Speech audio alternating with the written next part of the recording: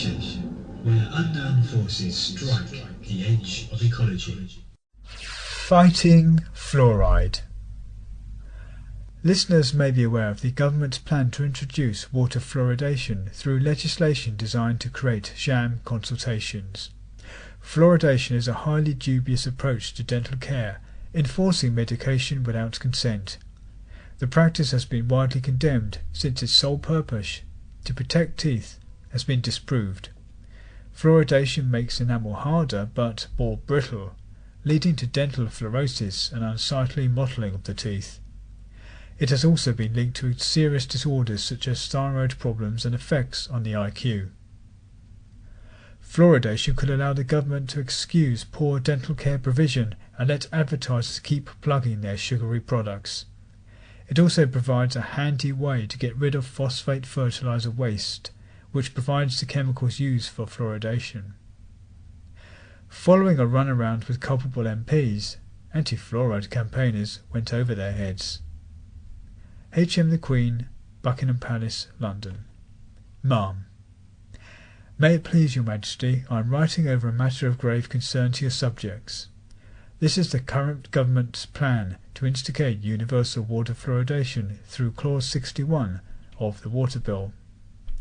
This was added to the bill via an amendment designed to compel water companies to fluoridate when requested by strategic health authorities. If Clause 61 is not removed, it will become law in the new Parliament.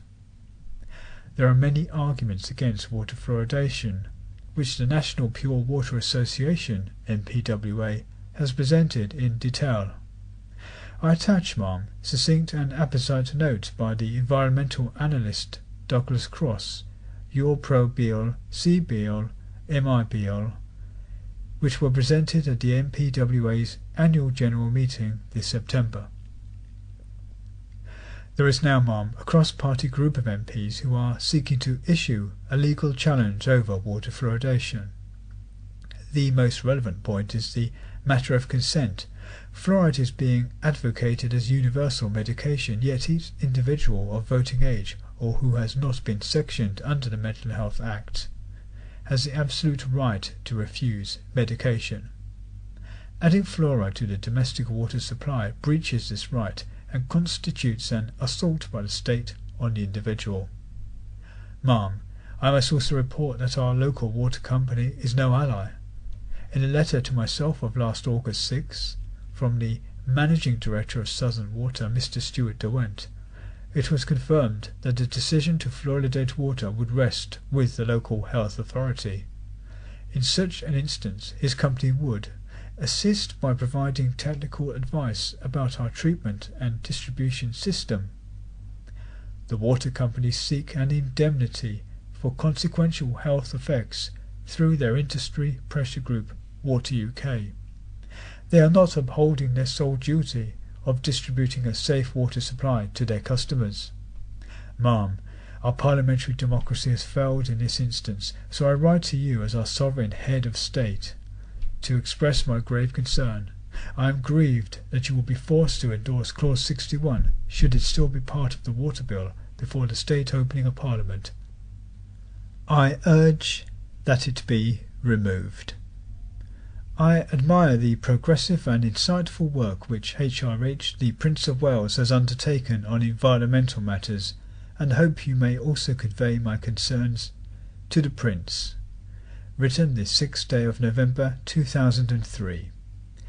However, our hopes weren't high. A reply came on December 12th from the Queen's Chief Clerk. Her Majesty understands your reasons for writing as you did and has taken careful note of your comments. As a constitutional sovereign, the Queen acts on the advice of her ministers. Our letter had been forwarded to Margaret Beckett, with a civil servant writing a longish letter in January 2004 to explain the facts we already knew. But would they stop their threat to fluoridate the water?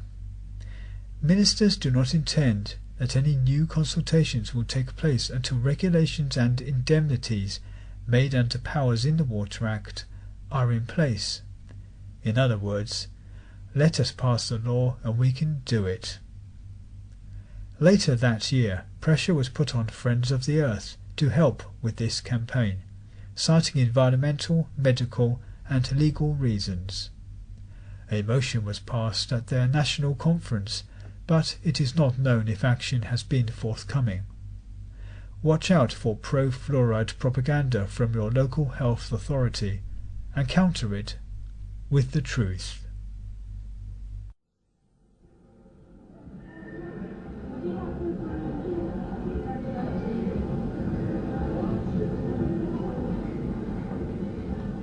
The information where unknown forces strike the edge of ecology.